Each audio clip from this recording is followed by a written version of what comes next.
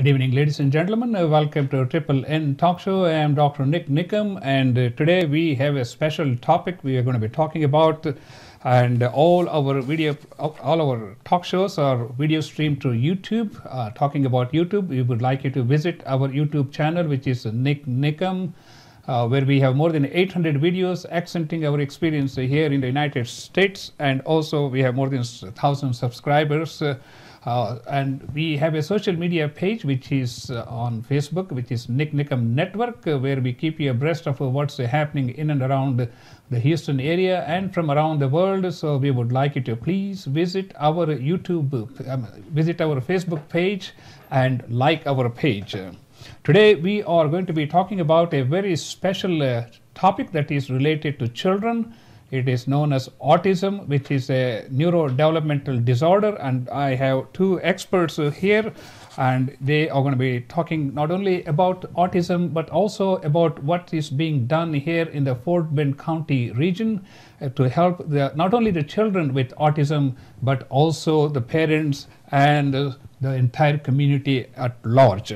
My special guest is Samantha Catchy, who is a therapist who has been dealing with children with autism and also families with autism, I should say, for more than a decade. And next to her is Matthew Jackson, and he is also involved with helping children, the families, and the community at large as far as autism is concerned. And he's going to be talking about Hope for 3, right? That's correct. Samantha, delighted to have you. And Matthew, let's start off with, first of all, let's learn a little bit about what autism is and how it affects a child and how it affects the entire family and the community and the entire school district. Then we're going to move on to talking about how your project, which is Hope for 3, is helping these children and the families cope with this a disease for which we have no cure whatsoever. Okay, that's Samantha, right. Let's start off with you, and maybe you can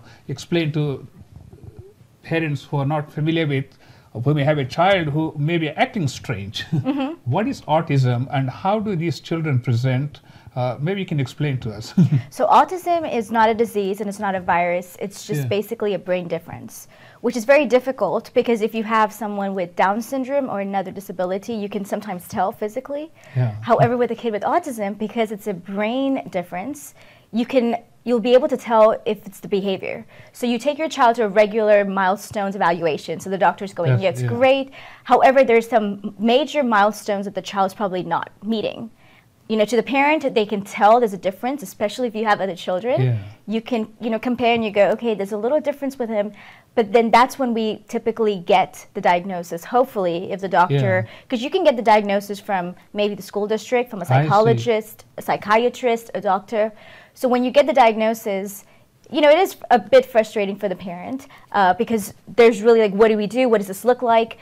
It's not a physical thing, so a lot of times they're in denial for the longest time. But that's basically what autism is. It's just a difference. And the other thing is, most parents say, "Oh, my kid is slow to develop these, normal patterns, and maybe with time, everything is going to be." Correct. I mean, everything is going to be fixed.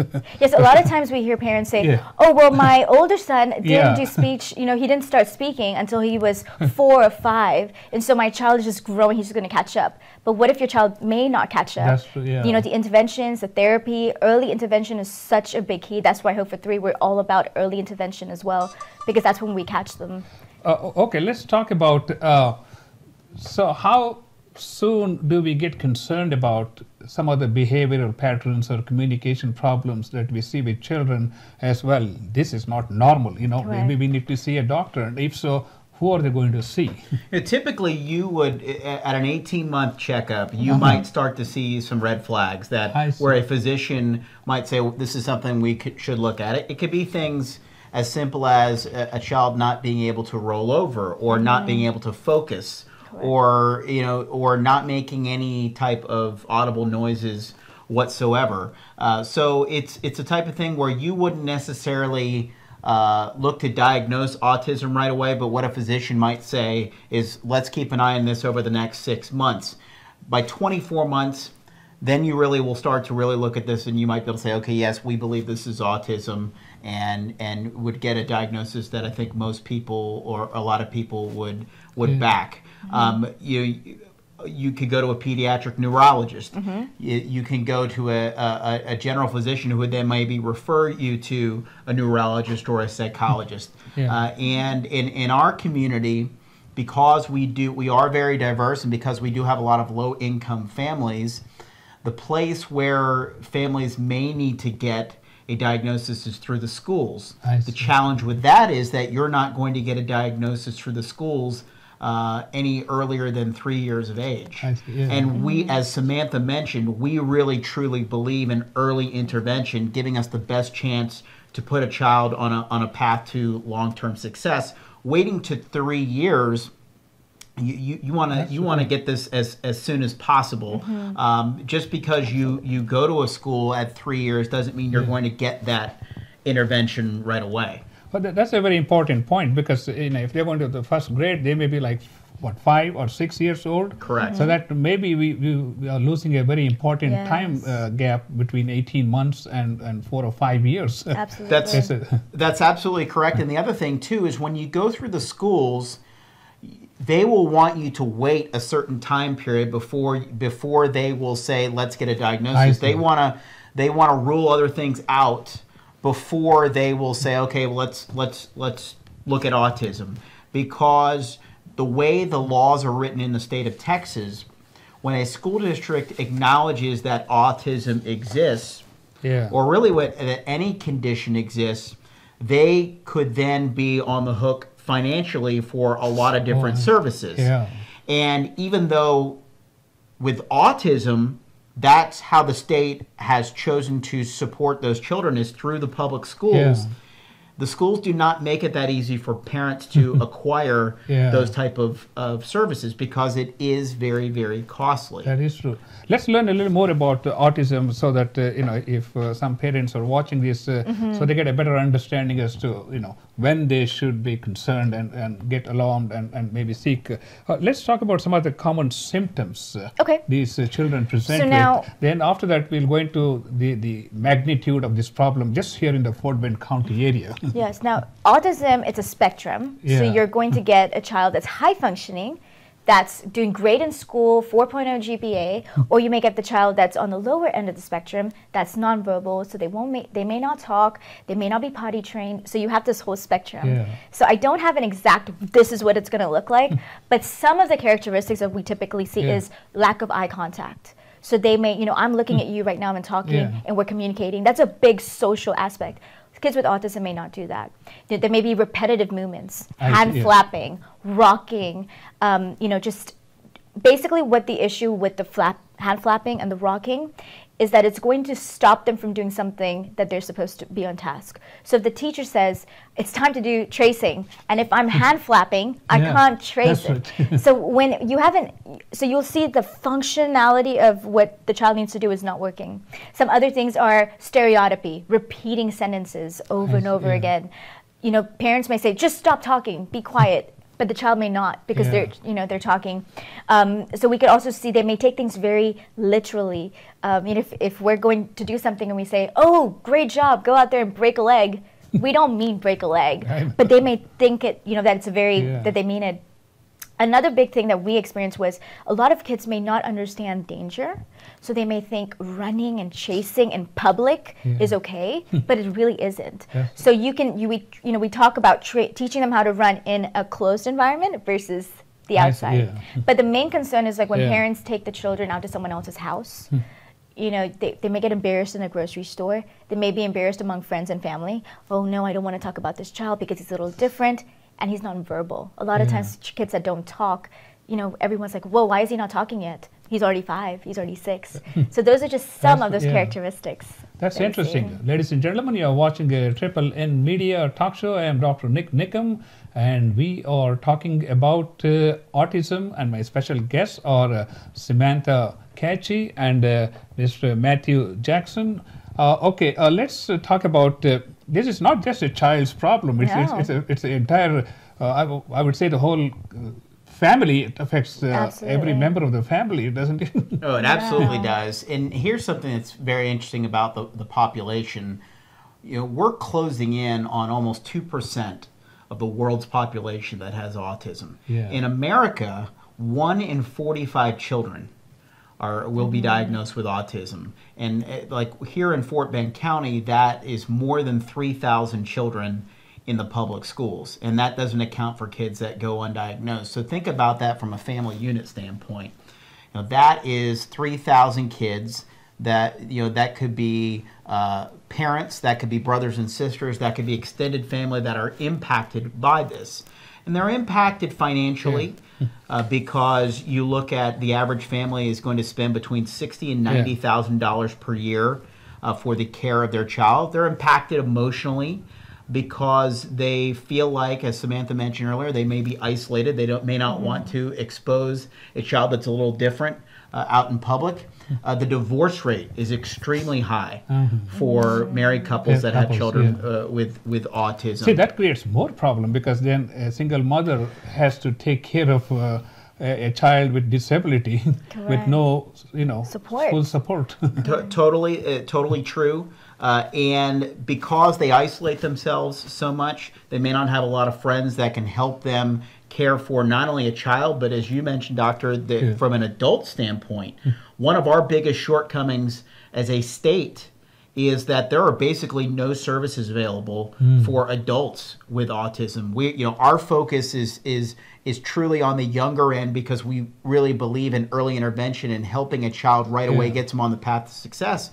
But once you turn 18 or really 21 is the last time you can be in a public school setting.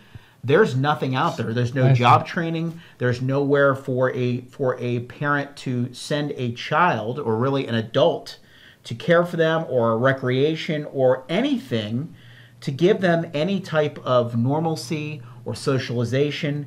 And ultimately, you are creating a level of frustration and depression and, to some sense, failure for that child turned young adult. We actually work with a young man named Justin. He's now 33 years of age. He has autism. He was diagnosed at the age of 4. And his biggest frustration is that he is only able to keep part-time employment where he works at the local library. And it's not that he doesn't want to work. It's just that most employers will not hire someone with developmental disability, not necessarily because they can't do the job, but because they don't understand the HR side of things. They don't know from a human resources standpoint, what do I tell the rest of my employees?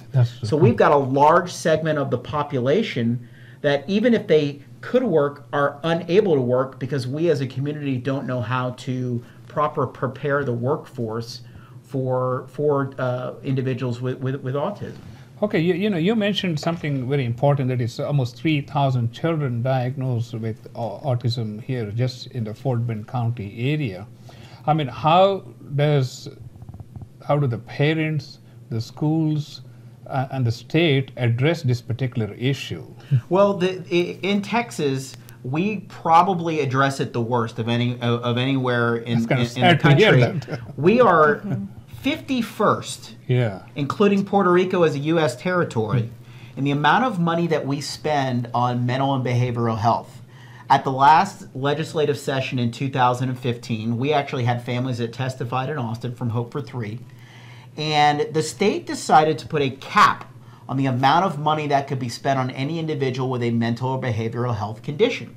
So we actually had families that benefited from something called a DARS grant. That was significant funding to help pay for therapeutic services for children.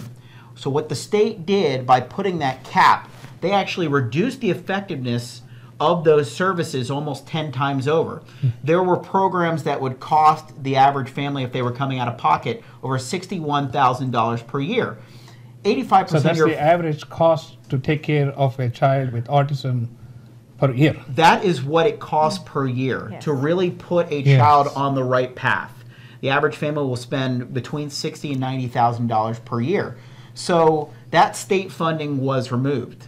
Federal funding is limited to families that fall at poverty line to poverty line and a half, but it's only $1,000 per child per month. Yeah. That, again, in the world of autism is virtually nothing. And from an insurance standpoint, when the Affordable Care Act came into place, autism coverage, it's largely been gutted. It basically is non-existent. So increasingly, parents have to come out of pocket for services for their child. Well, when you reflect on the median income here in our county is only $42,000 per household. Well, if the cost of care of my child is $60,000, you're making a parent make a very difficult decision. Do I pay rent? Do I feed my family? Or do I pay for these services that will help my child have a positive outcome? That is an impossible decision. What that means is that kids are going without. We're not improving them to get to the point where they can not only be in public schools, but that they can succeed in public schools. So what the only thing the state really does to support these families is that they do make additional money available in the public schools that is designed for the education of a child with developmental disability. So here in Fort Bend County, for example, for the 2015-2016 school year, Fort Bend ISD, that's the independent school district, was given $27 million of additional money from the state budget to go towards all special education. Yes. So that's not just autism. That's right. That's also Down syndrome. That's ADHD. That's dyslexia. Anything involving special education would fall under that those parameters. However, what the state does not do is they do not force the districts to earmark that money to go for its intended purpose. I see. And what that means is that you will have a lot of districts that use special education as a budget balancing mechanism. I'm getting all this additional money. I don't have the money I need for a band hall or a football program. That's what I was going to say. I don't think the state necessarily understands that how costly this condition is, and not only that it's increasing prevalence. Yeah. We're talking about a 289% increase over the last 10 years.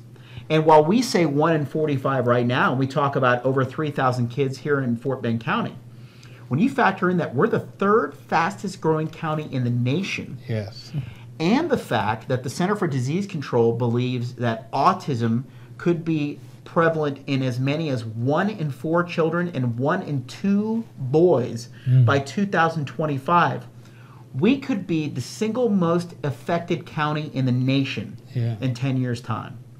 And that is why it's so important that we let people know that we have to put a community action plan in place to support these families. Ladies and gentlemen, you are watching a Triple N talk show. I am Dr. Nick Nickum, and we are talking about autism here in the Fort Bend County area and, of course, all across the United States. And my special guests are Samantha Catchy, who is a social worker who has been dealing with children with autism and also families. And next to her is Matthew Jackson, who has been involved in supporting the children, the parents, and also the whole community. So let's switch gears and talk about, from a private sector point of view, your initiative of Hope for Three and how it is supporting the children with autism, the parents, and the community at large. So Hope for Three was born in 2011, and it started because there is a family in Richmond, Texas, which is here in Fort Bend County, and the mom's name is Hope. And she has identical triplets that were all diagnosed with autism at the age of 2. And so if you could imagine all the challenges of autism and then multiply it by 3, the struggles that family went through. Hope is a longtime volunteer with Child Advocates of Fort Bend County, which is a wonderful organization that deals with the prevention of child abuse and working with kids. She had a bunch of friends that she volunteered with in Child Advocates that saw the struggles that the family was going through, realizing there is not a lot of positive information out there for how to support your child with autism, and they wanted to do something about it. So that is why Hope for Three was started. Hope because of her name, and 3 because she had these triplets. Triplets, I see. And so our organization, our mission is to support one child, one family, one community, provide education and resources to families living with autism spectrum disorder. We do that in a number of different ways. Probably the most notable of which is that we do provide financial assistance to families who have children on the autism spectrum. We have awarded almost $500,000 in financial assistance since 2011, but that's really a drop in the bucket of what the need is. Just in Fort Bend County, autism costs our county in excess of $180 million a year. And when we tell people that, it's jaw-dropping. But that is a true reflection of what that cost is per year. But in reality, it is so much exponentially less than to ignore this issue. When you say $180 million, how much of that is supported by the state and the federal funds? Well, as we mentioned, you have next to nothing from a state funding standpoint. Reimbursement for services was basically eliminated during the last legislative session. From a federal standpoint, almost all federal money goes into research. So in terms of the here and now, there just is not a whole lot there. And not only that, from a diagnostic standpoint, if you're a low-income family, you're not even able to get a diagnosis because Medicaid will not cover a diagnosis. So you have a lot of families that kind of fall through the cracks, and a diagnosis is very costly. It could run in the neighborhood of $3,000 just to get that. So if I'm a low-income family, am I really going to be able to put $3,000 to even save away just for that? And then even if I get that diagnosis, it's still very challenging for me to fund the services that are out there. So your 2 biggest issues from looking at that $180 million figure: cost of care for the child, which is a big portion of it, but also the fact that a single parent or 2 parents will be unable to work because these schools will not take the children because there are problem behaviors or because they are not equipped, they are not trained for how do I educate this child. So the schools will constantly call the parents and say, you've got to come pick up your son or daughter because they're causing trouble. Well, if I'm employed and I live across town, your employer may only be sympathetic for so long. So can I maintain full-time employment to even help with any additional services that I may or may not be able to fund? This is a pretty daunting, challenging task. You know, it's just one child, but it's affecting the entire family, and also. That's right. Okay, what about like if a child is born to a low-income parents, they automatically get Medicare or CHIPS. So is there some kind of an insurance coverage by the state or the federal government for people with developmental disorders? The challenge is that many therapies are not covered by Medicaid. Okay. For example, ABA therapy, which is applied behavior analysis, it is very challenging to get that approved for Medicaid. ABA does not work with every child, but it's one of these strategies where there is empirical data to show that this does work. Okay, let's talk about what your particular project, Hope for 3, can do to the children and to the families. First of all, let's give out your contact information and the web addresses so people can visit and get to know more about these services. Absolutely. Thank you very much. Our website, you can go to hope43.org, HOPEFORTHREE.org. That's where you can find out about our programs. You can find out how you can volunteer. You certainly can donate online if you're so moved. But what we're really looking at, Doctor, is a holistic strategy to supporting the autism community. As you can imagine, it just becomes way too challenging to continue to write checks and think that we could fund $180 million a year. That's not a realistic strategy. So what we are trying to do is we are trying to go to where the money already is. and that is the public schools. If there is $27 million sitting there that is designed to help these children, well, then we need to make sure that it's going to those children. What we want to do to help for long-term positive outcomes is we want to provide training for every public school teacher. Yeah. Texas is opting for an inclusion model in its public schools. That means that every child, regardless of their ability level, whether they are typical, whether they have developmental disability, is to be in the same classroom as typical children. But what the state has not done is they have not put the funding and equipped teachers to educate a child with developmental disability. They've actually disincentivized schools from supporting these children. Schools are actually reimbursed at a higher rate by the state of Texas to put a child in a life skills class than in a general education class where they would learn to read and write and math and everything else that you would do in that environment.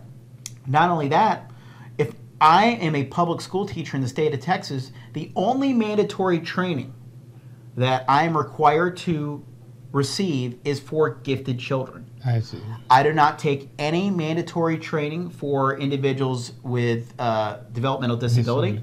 I take no mandatory training for individuals where English is their second language. So we are really falling short in equipping our teachers to deal with these extremely diverse and increasing prevalent populations. And that has an even broader effect on every child, not just a child with developmental disability.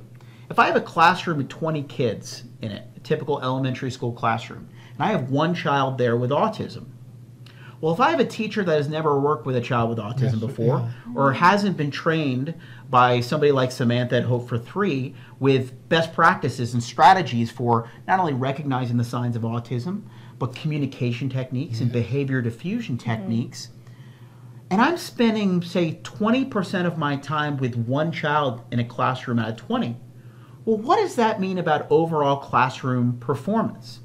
What does that mean about my ability to teach a child with autism to read or write? What does that mean about my ability to manage a classroom if all of my time is diverted with one child in particular?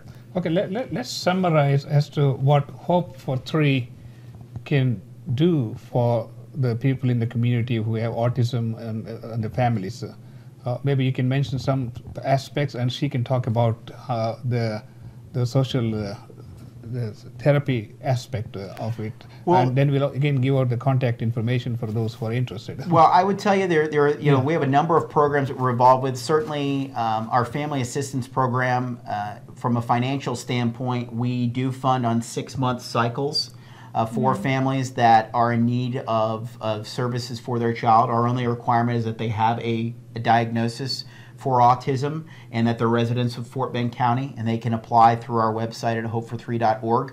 We also have our Parents Timeout program, which is a respite program that we run for both for kids with autism and their typical siblings. We also do sibling sessions, which is designed to support these siblings of children with autism. We run that program as well. We train the first responders with the Fort Bend County Sheriff's Department through our crisis intervention training program.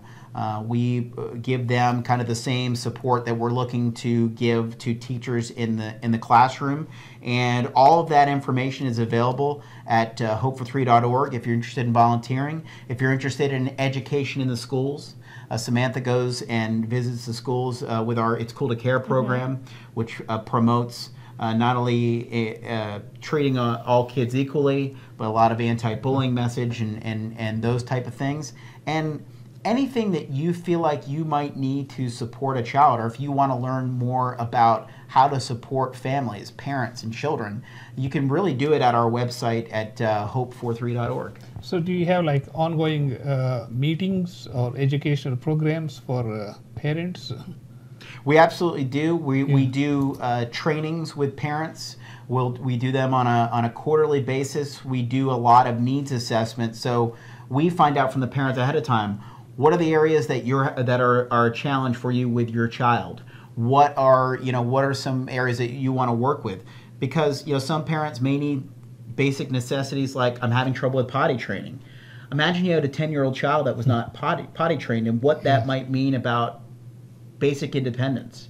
It could be things with just pattern behaviors that you're wanting help with. It could be things speech related things. So we do those parent trainings. That's a big component, and we really just think that from helping as many kids, as many parents as possible, the most cost-effective strategy is working with the parents and working with the public schools to support those kids so that no kids are falling through the gaps. That's fascinating. Are there any other programs like this addressing children with developmental disorders in the Fort Bend County area? There are 17 organizations in the Houston area that have an autism-related mission. I see. But we're the only one that provides funding for direct services, and we're also the only one that's really trying to get into the public schools. That is the key. That is the key to really unlocking long-term positive outcomes for kids.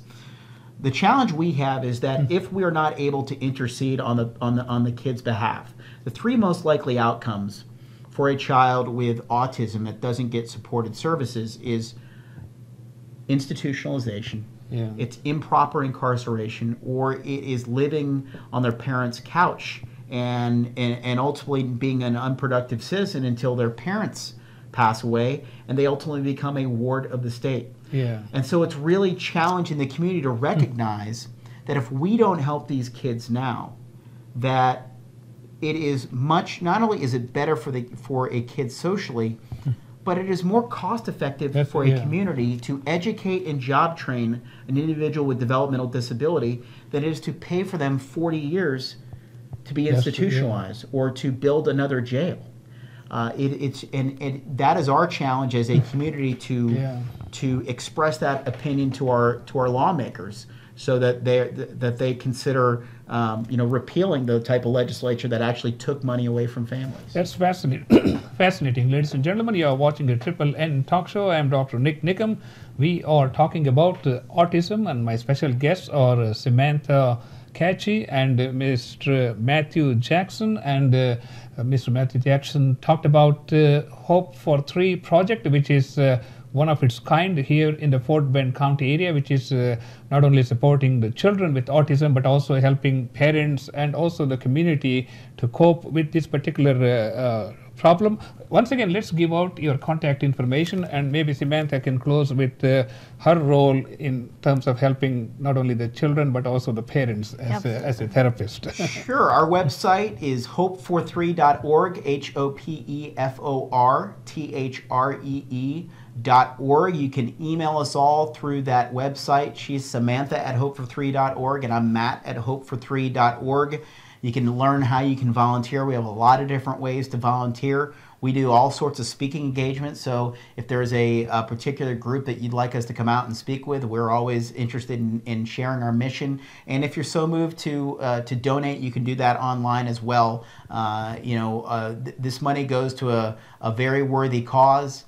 There are so many kids that we have helped, but so many more that are slipping through the cracks. And that's our goal, is to really create one community supporting all these families. That's fascinating. Okay, Samantha, let's talk about your role in helping these children. So I typically get the phone calls as soon as a parent gets the diagnosis, which is probably the worst moment. I know. Because imagine hearing that my child may never be normal. And parents are thinking about marriage and this and that and what's going to happen, who's going to be a doctor. Looks like the whole world collapses. Right. So I am the person. Hope for Three is a nonprofit that's available right there. So we get those phone calls. So I get the privilege to reach out to the parents. So if you are in that moment where you're not sure, you've seen some signs, you're not comfortable, even if you just need to call and talk, please give us a call. Please come and talk to us, and we'll probably walk you through the process. What I'll do is I'll listen. I'll pay attention to the symptoms. I'll help you. I'll coach you how to go into the school. How do you ask for the rights that you deserve and your child deserves? What do you need to ask your doctor? If you need a speech therapist, an occupational therapist, an ABA therapist, what are some things we can do to help you? So I would be the person that they would call, and we would just sit down, have tea, have coffee, just talk about what the milestones are, and then empower them. Because at the end of the day, it's the child that we're worried about. It's the child that we want to help. And the sibling session that we do, a lot of times parents' focus is so much on the child that has a disability that most of the time it's the sibling that doesn't get the attention. So all of that, the whole family unit is who Hope for Three impacts. So the whole family has to be reprogrammed. The whole family has to be reprogrammed. And there's hope. That's why Hope for Three, there is hope for these families. And so sometimes just a phone call to say, I really don't know what's happening. Or if it's a new family that's just come into America, and I just had an ARD meeting yesterday at the school system, advocating for a child, and they've been in America for now just 3 months. Imagine the Indian system and the American system. It's a lot of change. So we were able to be with the family. We were able to teach them, okay, these are your rights. This is what you ask. And I actually went in and sat with them from about 12 to about 5 in the afternoon, just working with the school and them. So we're here to support. We're here to build awareness and just train and educate parents about autism is not something scary because your child has it. I saw, a lot of people have grown up as very productive adults and overcome some of the symptoms of autism. And culture plays a big role too, because in India there's certain things that we don't tolerate, bad attitude or hard work. I think so. And also the family support has this tremendous role in helping these children grow up with the disability. Correct. And then also, because sometimes we have families who are living together with, uncles and aunties and grandmas and grandpas, I'll definitely go into the house and explain to them, okay, because the whole family is going to need to be on one page. So we basically make sure that the whole unit is taken care of. That's very important. Ladies and gentlemen, you are watching Triple N Talk Show. I am Dr. Nick Nickam, and we are talking about autism. In case one of your children has been diagnosed with autism, even if you are well off, I would suggest you get in touch with Hope for Three, because they have tremendous amount of information, knowledge, and resources and guidance, which would be of great value, more than the money that we can spend in helping our children to grow up to be close to normal adults. Samantha, it's been a pleasure talking to you. And Matt, it's been a great educational program for me. And ladies and gentlemen, you have been watching Triple N Talk Show. I am Dr. Nick Nickam, and we'll see you next time. Have a wonderful evening. Thank you.